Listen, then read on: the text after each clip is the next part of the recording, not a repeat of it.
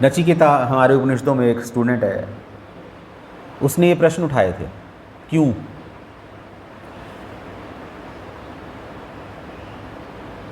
कि ऐसा क्यों है, सृष्टि है ही क्यों, सूरज गर्म क्यों है, चंद्रमा ठंडा क्यों है, धरती पर पानी क्यों है, बारिश क्यों होती है, हो ही क्यों रही है बारिश, ये साइकिल किसने चलाया? तो इन प्रश्नों का उत्तर जानने के लिए ही ये मनुष्य शरीर मिला है। बहुत सारी जिज्ञासाएं हैं हम लोगों के अंदर, पर इस संसार की चकाचौंध में वो जिज्ञासाएं हम सोचते हैं कि हमें उससे कुछ लेना देना नहीं है। जैसे सबसे बड़ी जिज्ञासा क्या है? अथातो ब्रह्म जिज्ञासा, मैं कौन हूँ? मैं बहुत बड़ी जिज्ञासा है, पर इस प्रश्न को अगर आप स्टडी करोगे तो आपको ये लगेगा कि शायद मैं पागल हूँ जो ये सोच रहा हूँ। मैं कौन हूँ? मैं तो यही हूँ जो भी हूँ, मैं जो हूँ सो हूँ। पर हमारे वैदिक शास्त्र ऐसा कहते हैं कि नहीं, ऐसा नहीं है, जो तुम सोच रहे हो वो नहीं है, क्योंकि जो तुम्हें दिखाई दे रहा है वो चीज़ें बदल रही हैं पर तुम नहीं बदल रहे।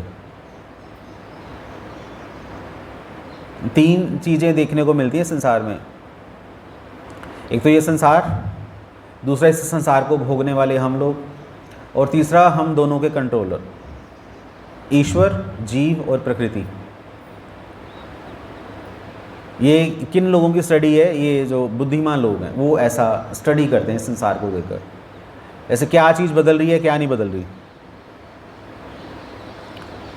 मुझे छोड़कर सब कुछ बदल रहा है, मेरा शरीर भी बदल रहा है, मेरा घर बदल रहा है, मेरा समाज बदल रहा है, मेरी भाषा बदल रही है, मेरा आचरण बदल रहा है, पर मैं नहीं बदल रहा, क्योंकि मैं और मेरे में फ़र्क है। ऐसे ये मेरा माइक है, ये मेरी किताब है। बचपन में जब मैं ये किताब पढ़ता था तो बिल्कुल फ्रेश थी, नई थी। अब 20 साल के बाद ये मेरी किताब फट चुकी है, पर मैं अभी तक वही हूँ, या नहीं? आपकी बचपन की फ़ोटो देखो, उसमें आपको पता है कि ये मैं हूँ, पर वो शरीर वो नहीं है।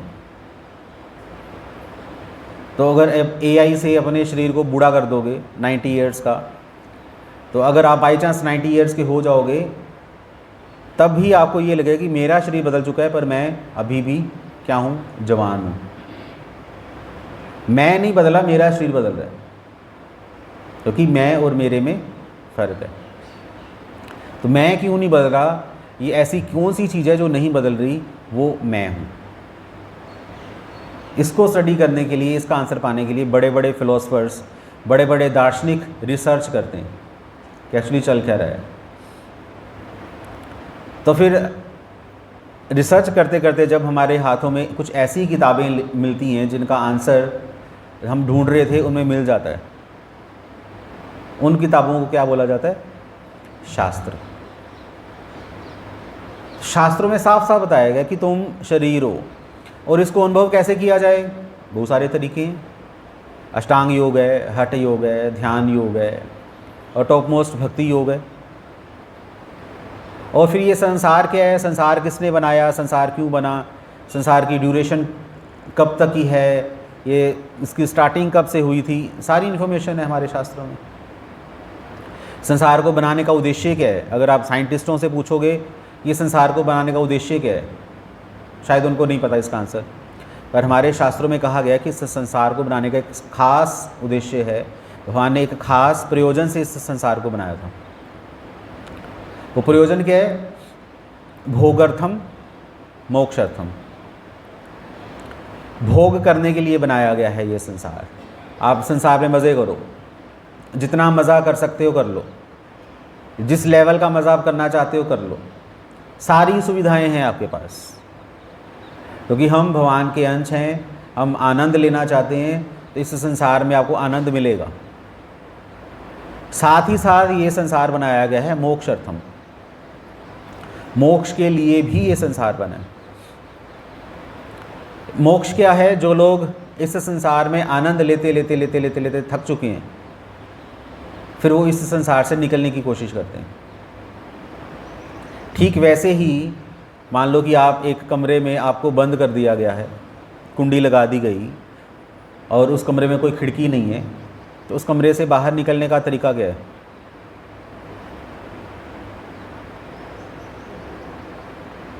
जो बता सकता है? थोड़ा सा सोच के देखो, अगर कमरे में कुंडी लगी हुई है, बाहर नहीं निकल सकते, फिर भी अगर आपको बाहर निकलना है तो क्या तरीका है? हाँ, कोई निकालेगा। प्रश्न ही वही है, कैसे?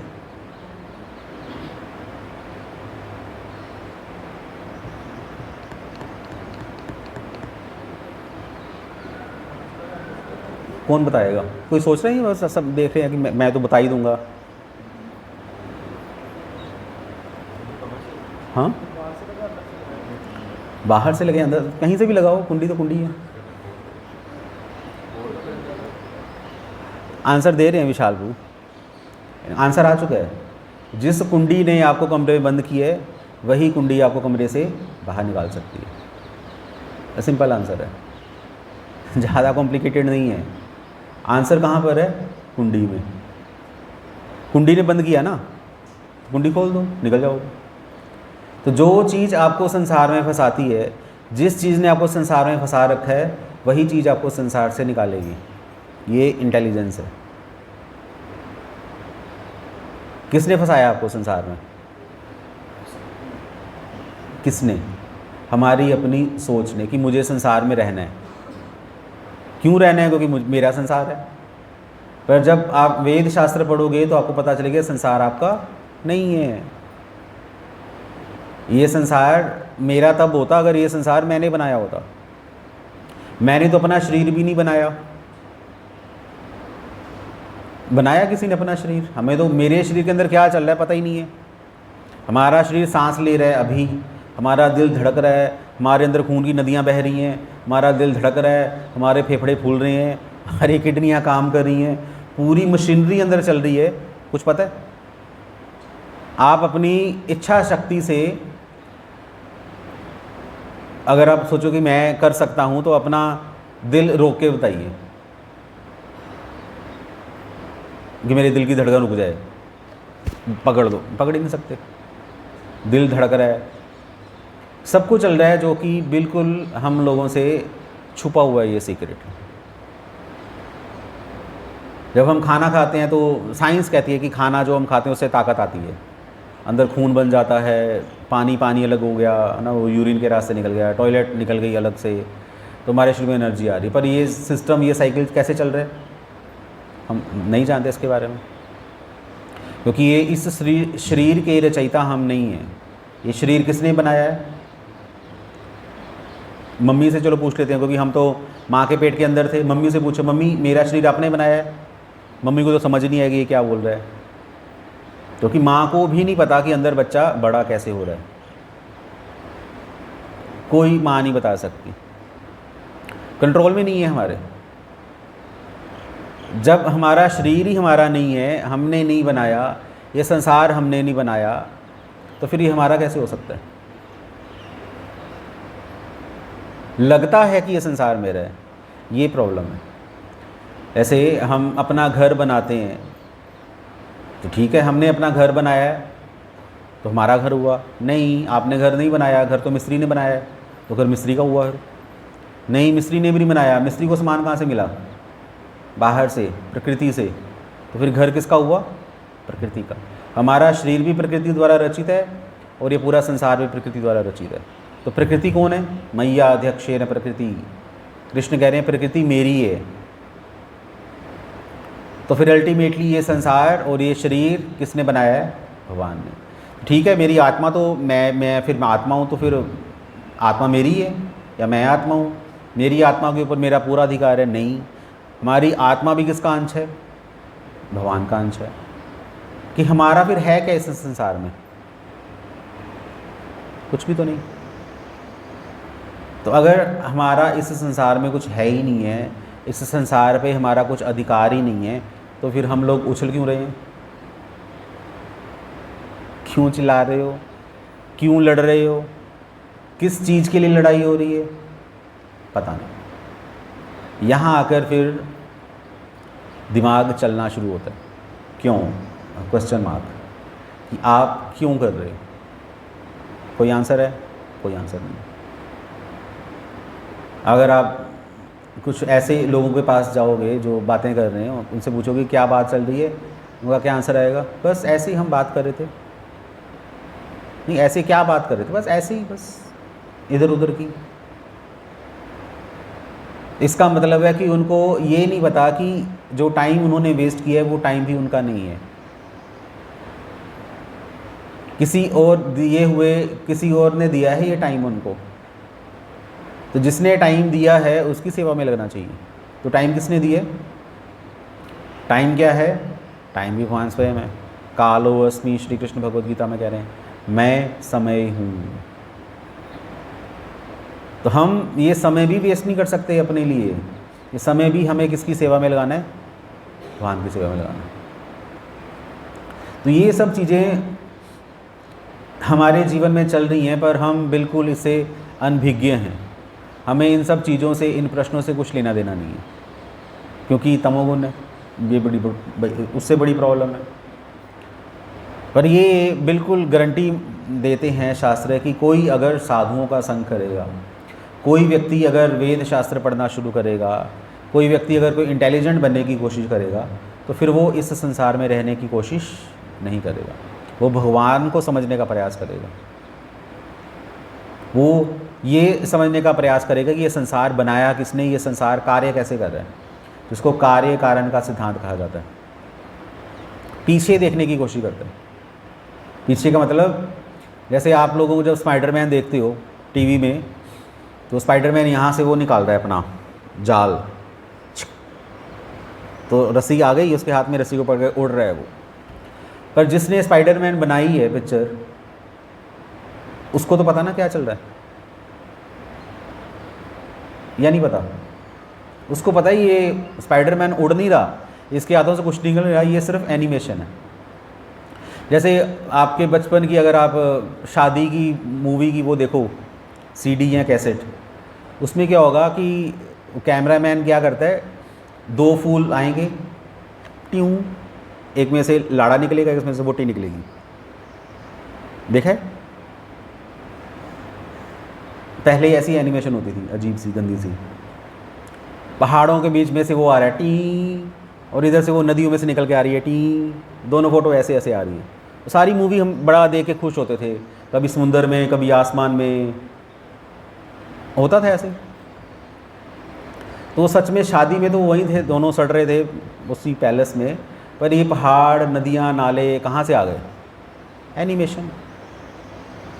एनिमेशन से तो आप किसी को हवा में उड़ा दो। आप देखो किसी बाबा की फ़ोटो देखो, ढोंगी बाबा की, उसके पीछे ना सर्कल बना होगा बहुत बड़ा, उसके हाथ से लाइट निकल रही होगी, ओम लिखा होगा। तो जाके देखो उस बाबा को, आपको कोई सर्कल दिखाई नहीं देगा। फ़ोटो में है, वास्तव में नहीं है, एनिमेशन है। तो एनिमेशन के पीछे रियलिटी देखनी होती है। उसको बोला था कार्य और कारण। इसका कारण क्या है? इसका कारण एक स्पाइडरमैन बनने के पीछे हज़ारों दिमागों का काम है, हज़ारों दिमाग लगे हुए हैं एक स्पाइडरमैन को एनिमेट करने के लिए। एनिमेशन मतलब जड़ वस्तु को ज़िंदा कर देती है एनिमेशन। मूवीज़ ऐसी होती हैं।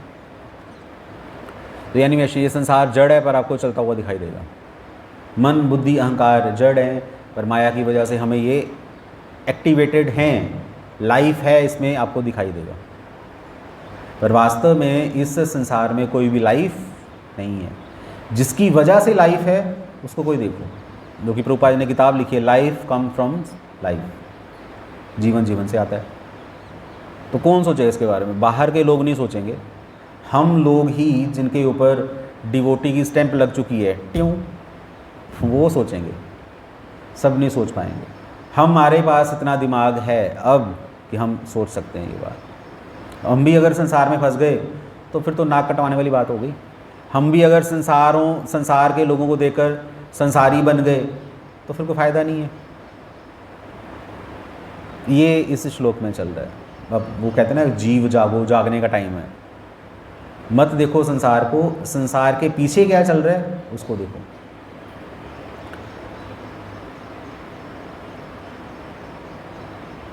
हरे कृष्णा। श्रील प्रभुपाद की जय। लाइफ काटो मत, लाइफ जियो, ये वैष्णवता सिखाती है। भक्ति आपको महाबोरिंग इंसान नहीं बनाएगी, कमरे में बैठे रहो मुंह सुजाकर अपना, नहीं। भक्ति आपको जगाएगी, उठो भाई सवेरा हो चुका है, कुछ कर लो। क्या करो जो आज तक नहीं किया वो करो। लाइफ इतनी इंटरेस्टिंग है, छोटी थोड़ी सी तो रह गई है, आधी तो निकल गई, अब जो रह गई उसमें कुछ कर लीजिए ढंग का काम। इंटेलिजेंस, ठीक है। हरे कृष्ण।